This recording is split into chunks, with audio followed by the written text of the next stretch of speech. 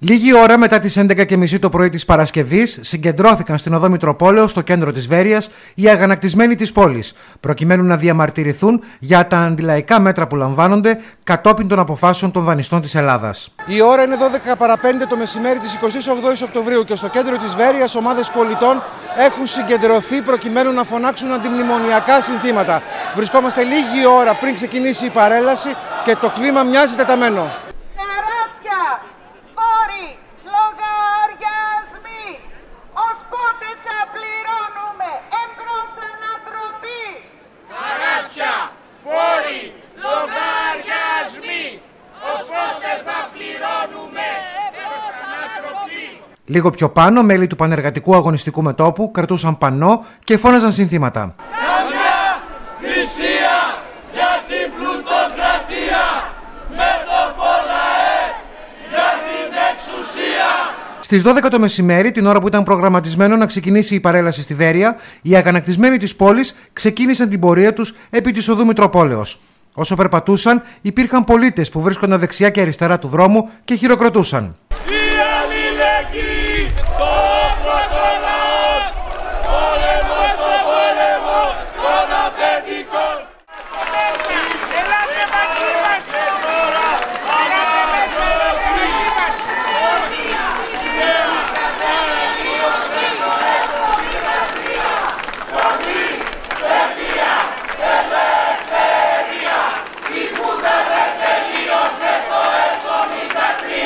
Στόχευση των διαδηλωτών ήταν να φτάσουν στην εξέδρα των επισήμων. Στη Βέρεια βρισκόταν ως εκπρόσωπος της κυβέρνησης η Γενική Γραμματέας του Υπουργείου Πολιτισμού, κυρία Λίνα Μενδώνη, η οποία συμμετείχε στην επίσημη δοξολογία και στην κατάθεση στεφάνων.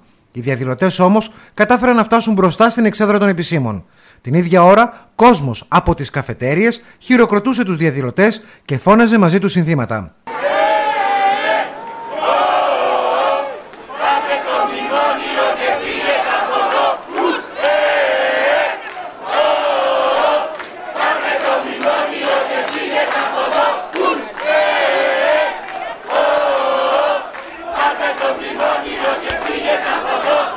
Ο Αντιπεριφερειάρχης κ. Κώστας Καραπαναγιωτίδης και η Δήμαρχος της Βέρειας, κυρία Χαρούλα Ουσουλτζόγλου, παρακολουθούσαν στην είσοδο του Δημαρχείου τα τεκτενόμενα.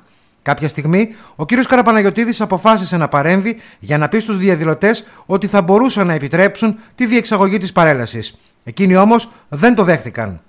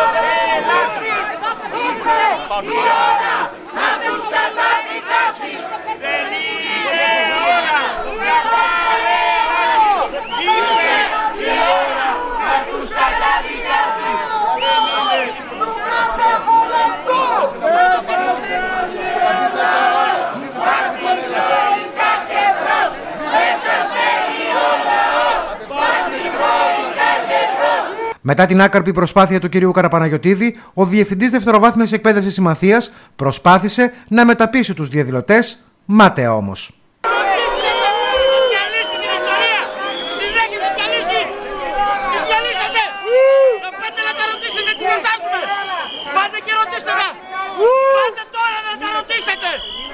Σας παρακαλώ κύριε, δεν έχετε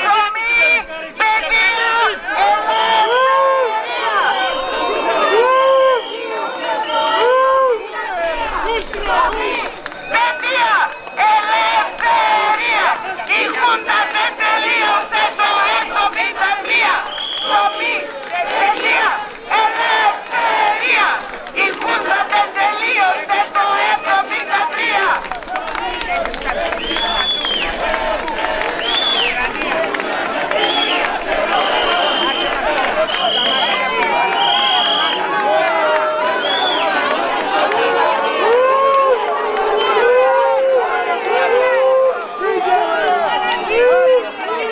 Τα πνεύματα άρχισαν να οξύνονται. Οι διαδηλωτές κατέλαβαν την εξέδρα των επισήμων.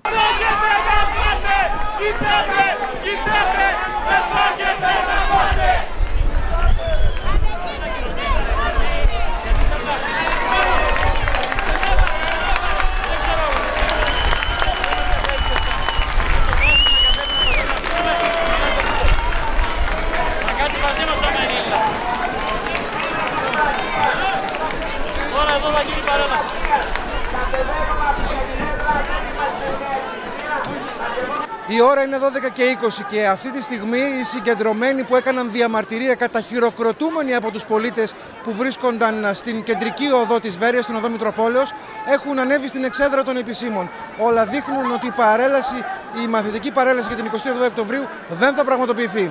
Λίγα λεπτά αργότερα, από τα μεγάφωνα στην κεντρική οδό της Βέρειας, ανακοινώθηκε ότι η παρέλαση ματαιώνεται. Η Γενική Γραμματέας του Υπουργείου Πολιτισμού αποχώρησε χωρίς να εμφανιστεί στο χώρο διεξαγωγής της παρέλασης.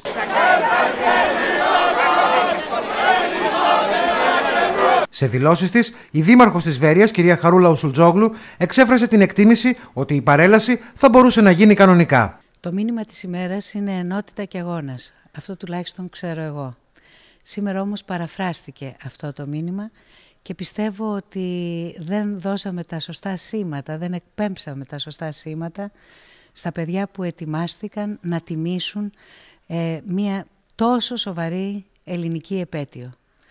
Λυπάμαι που δεν έγινε η παρέλαση στη Βέρεια, γιατί χιλιάδες κόσμου βγήκανε για να καμαρώσουν τη νεολαία. Την νεολαία πρέπει να περιφρουρήσουμε τις αξίες, τις αρχές.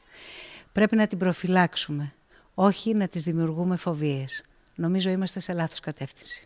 Πιστεύω ότι θα μπορούσε να γίνει παρέλαση από τη στιγμή που ούτως ή άλλως οι επίσημοι αποχώρησαν και αυτό ήταν το αίτημα, να μην υπάρχουν επίσημοι στην παρέλαση. Η παρέλαση μπορούσε να γίνει.